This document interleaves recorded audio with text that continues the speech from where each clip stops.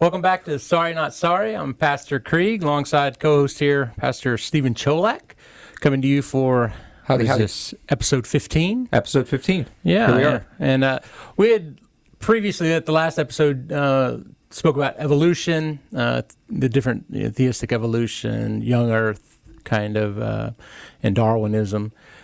And so we were going to talk a bit more specific about, or at least we had said we were going to talk a little more specific about some of the proofs, I guess, against Darwinism. But we got a little more reaction than we thought, because typically nobody reacts to our videos except our parents, I think. Yeah. And our wives. And our wives. But there was a few comments out there. It was good to see that YouTube is pushing our channel a little bit. Anyway, there were some detractors, and so we thank them for commenting. We thank them for watching. But we wanted to address some of the questions that they had brought up, and some of the maybe try to answer in a more clear way what they had said. One of the questions we got first was, why don't we bring on a evolutionary biologist to discuss this? We just don't have the time, I think. Yeah. Is the real issue there. The real issue is the format of the show. 25 minutes is not enough to give either side a real voice. Very true. And I think it's fair to say that both of us have a number of friends who are biologists or chemists or physicists, and we've learned from them. At least I've learned from them. So without a doubt, and that has contributed to something. So I mean, it's even though I don't have a degree in biology, we didn't claim to either. I have spoken to a biologist from time to time. You're right, and we've talked and read on certain things and gone through. I mean, we, how I want to say this, but we go to places that are excited about science, and we're excited about science. I don't think we ever wanted to say in any of our episodes that science was bad and you need to discredit science.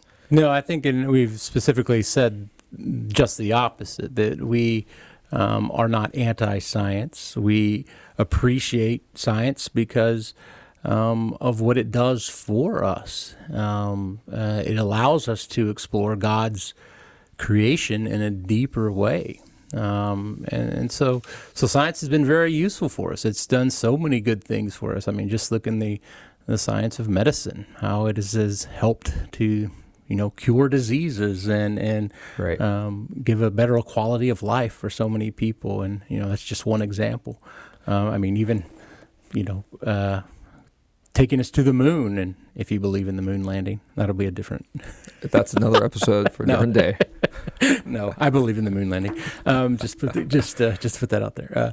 But it gives us. There's so many things that science has done for us, which is good for us. But there are situations in which there's divergence, and that's where we come in, and that's where we talk about what we know as far as theology and biology and science. Well, and our podcast is specifically about apologetics and the specific things that come up in a Christian's life, and how, well, at least the parameters and the characteristics of the discussions that you're going to have as a Christian in these circles. Yeah, without a doubt. And so that was one of the questions that was raised. Another one was that we use presuppositions when we come in, and we have these presuppositions and have the answer already, and are just kind of looking for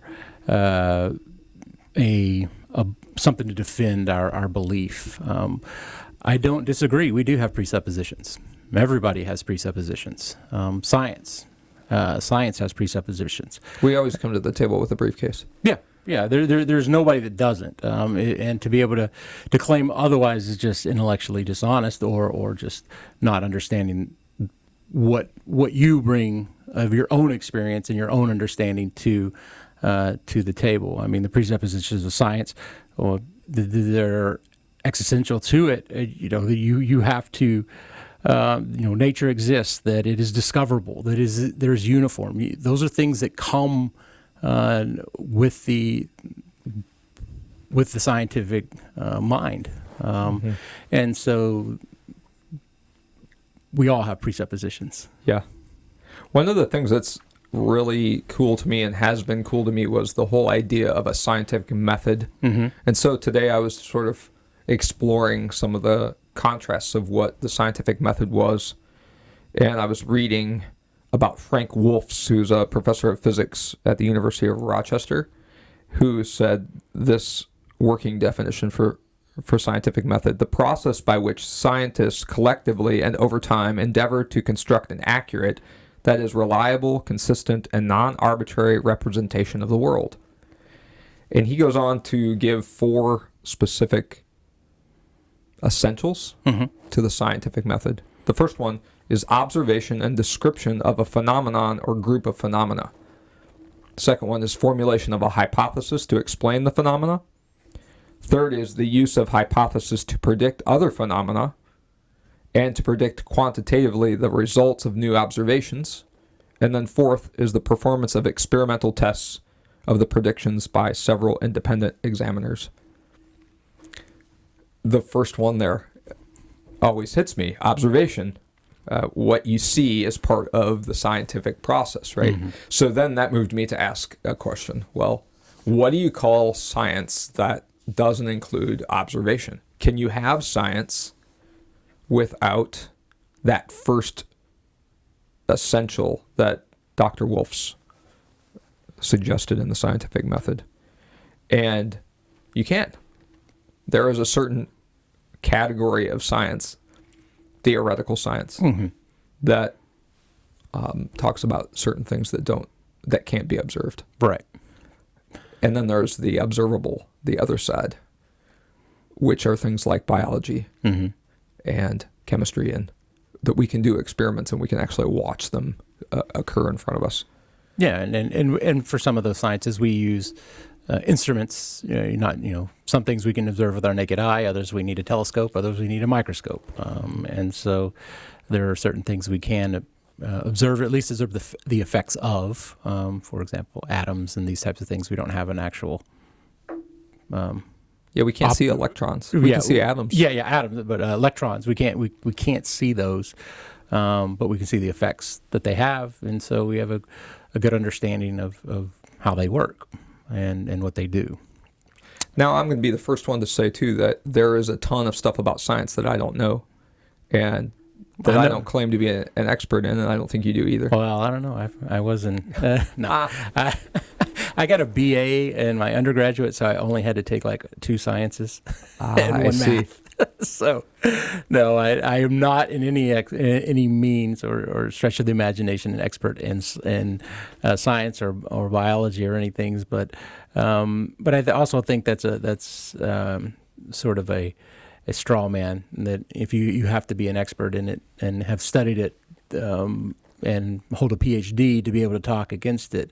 It would be the same as me telling a biologist, well, unless you have learned Greek and Hebrew, don't talk to me about theology. Right. And that gets us nowhere. That's not genuine. It's just a way to close down the conversation. But that does bring up the fact that for the longest time, the academic world understood theology to be a science. Right. It was the epitome of the sciences. It was the one that was at the top. You had theology, law, medicine, and these were the trifecta of. But the really cool thing about this is that these different towers of science, or different categories of science, don't negate one another. They support one another. Without a doubt. And that's what's important. And that's what we've said at the beginning. We've always said from the beginning. We support, or we endorse science, and it without a doubt supports Scripture. Where it diverges, then one of them's wrong. And obviously, from our point of view, and what has been revealed to us, is that the Scripture is correct. So I asked a question this morning, a group of people. I said, what happens if you aren't there to observe something that takes place? What would be the next best thing? And the answer that came to me was from them. Yeah. An eyewitness testimony. Somebody who was there giving their record of what happened. And that is important. It is extremely important, is that observation or the eyewitness of what was observed. And so when we look to, is there eyewitness to the past that we don't have today? And the Bible is an eyewitness. Scripture is an eyewitness. You may not like it. You may disregard it because its theological implications, but it is an historical document, and more attested to than any historical document in modern in history. There's no doubt about its authenticity, what it says. Now you can argue whether or not it's true or not. That's fine, but it is a witness to. In the same way that you can argue somebody who's sitting on the witness stand who said they saw a murder happen, right, whether or not their testimony is true. Exactly. And, I think we talked about it in the past, there's no one questions the existence of Socrates, even though we have nothing from Socrates. He did not like to write things down. Right. Well, but we do have the eyewitness of his pupil, Plato, and what he wrote down. And so and the others that wrote of Socrates.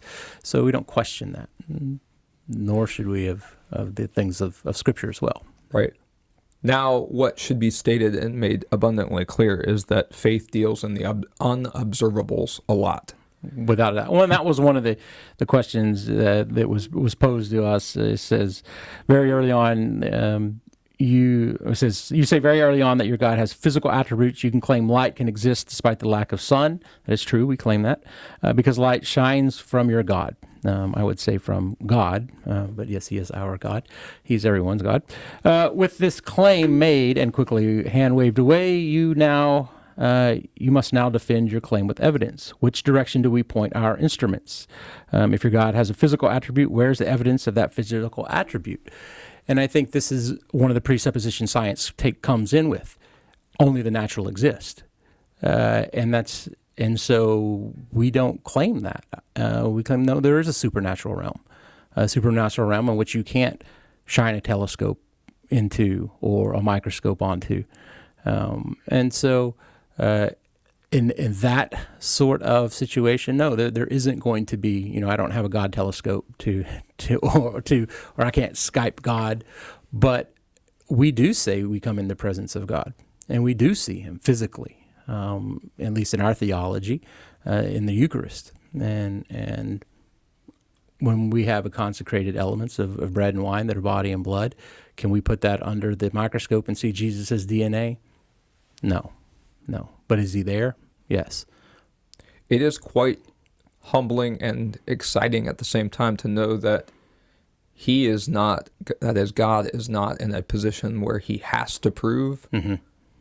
He is present in the places where he promises to be, and then affects us in that presence. Without a doubt. And that's one of the beautiful things that God has given us, is himself. And he stands outside of his creation, is not bound by it. And so if he wants to create light without a source other than himself, then he can. And he did.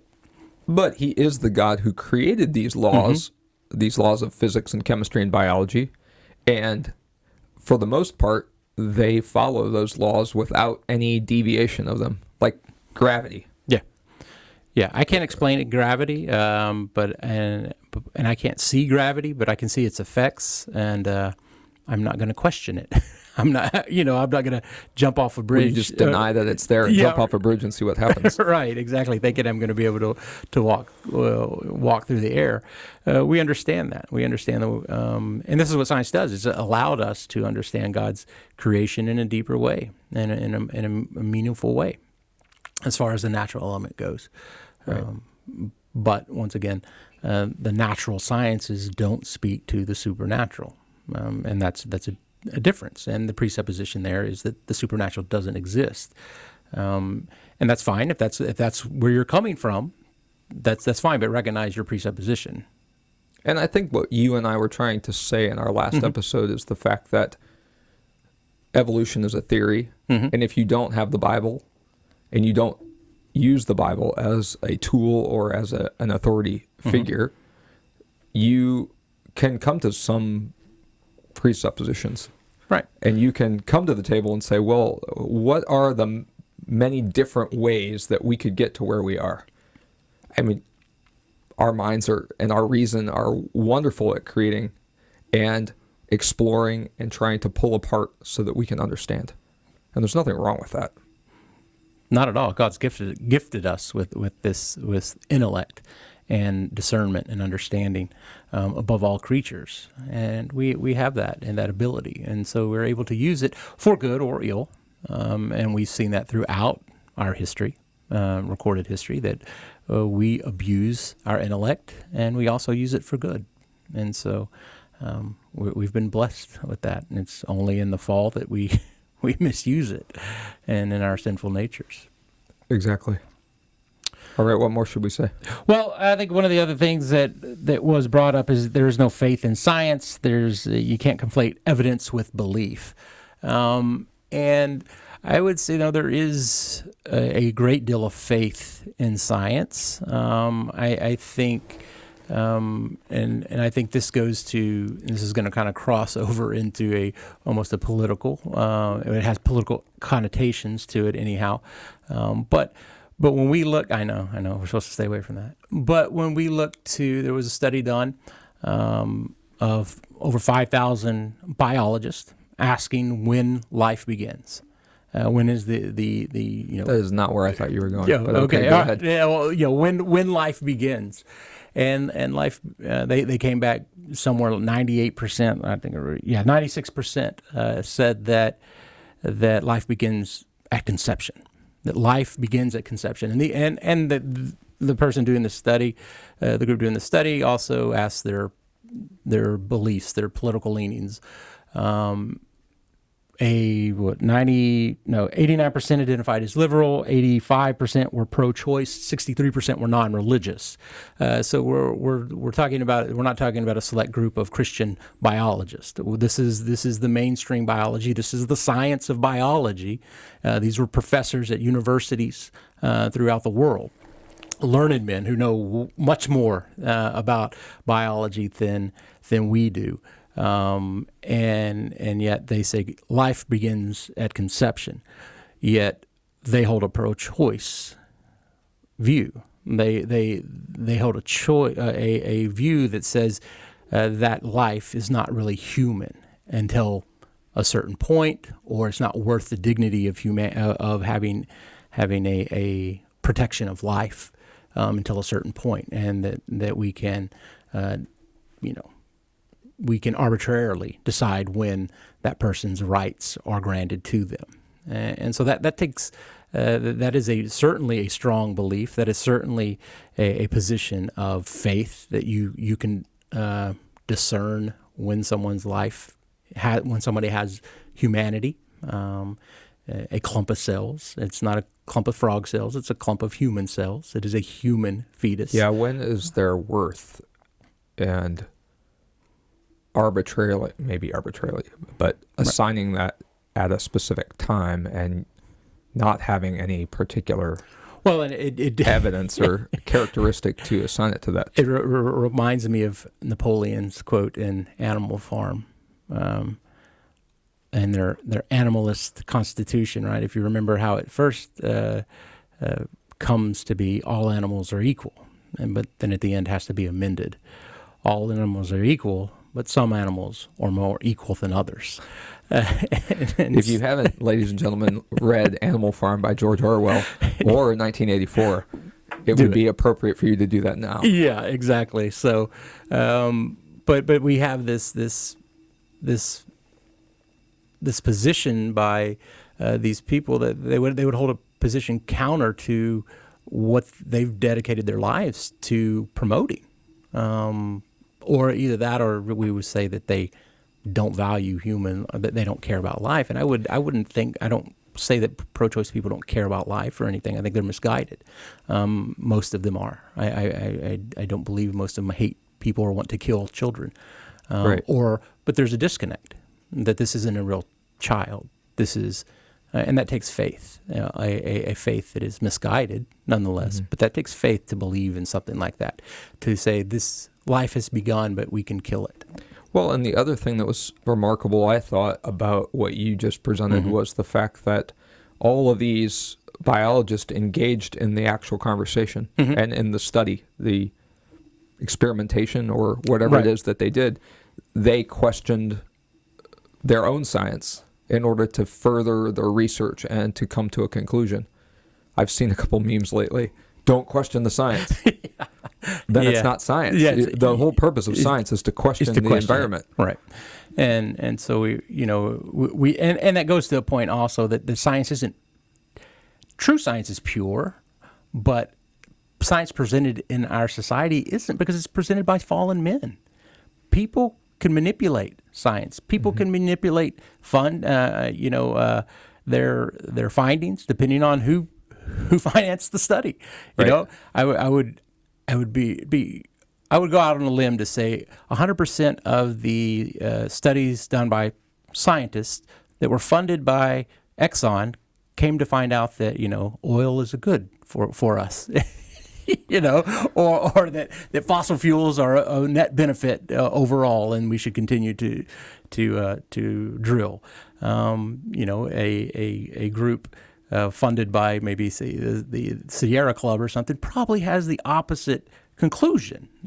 Is it because these scientists use two different types of science, or is it because they come in with their own presuppositions and their own influence? That's true. And I'm not saying about that. This is not an indictment of the scientific community by any means, but to ignore that and just say, well, science is always peer reviewed. It's always about disproving these deeply held beliefs and everything. Well, no, it's not.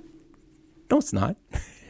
Yeah, and I guess something else that stood out to me was the fact that when we say scientists or the science says in regards to evolution or something like that, we're not saying every single scientist on the planet. No. There is a specific camp of evolutionistic science and scientists who engage in it. Without a doubt. And so that's where our disagreements, as with there's a divergence in thought, and we stick to the Bible and its revealed truth. Well, like one example, there was a article on the Institute for Creation Research website, and the question was, can you believe in evolution like you believe in gravity? And the person presenting is a physicist and laid out the evidence to say, no, we have certain things about gravity that we know and experience that we can't know and experience about evolution. And so they have to be in two separate camps. And that's okay to have science like that. Yeah, without a doubt. Most scientists have a specific, very narrow field that they're in, and subsets of those fields that they concentrate on. Unless you're a science teacher at a high school or some sort of elementary where you have a broader scope. It's a much wider pond, but not as deep. But nonetheless, that's just the nature of science, and we're better for it that people delve into the minutia of these things, because it helps us to understand so much. To end, I would say it's important not to harmonize. I'm borrowing from a friend. Not to harmonize or force into concordance faith and science. They are two different ways of knowing. And like I mentioned earlier, that there are two separate entities of science. They are two different ways of knowing, and they don't contradict each other, like cancel each other out, but they live together to help understand the opposite of it. No, yeah, and Yeah. I think that's something we should all remember, and that's I think it's a good place to leave it. So, but well, all right, I hope this opened or helped to open up a little bit of more discussion out there. Feel free always. We did start this one off of spurred by some comments we had. We can't promise you that we're going to have an episode dedicated to every comment that we get, but if it's good, we can get sidetracked very easily. And if you have questions, please put them in the comments. Yeah. Please put them in the comments. Like, subscribe, share, tell your friends about us. Do all those types of things. But we're just really, I think, curious and excited to talk about our faith and the world that the Lord has given us, and to defend that faith. Exactly. All right. Well, until next time, I'm Pastor Krieg. I'm Pastor Cholak. Have God a blessed bless. day. Have a blessed day.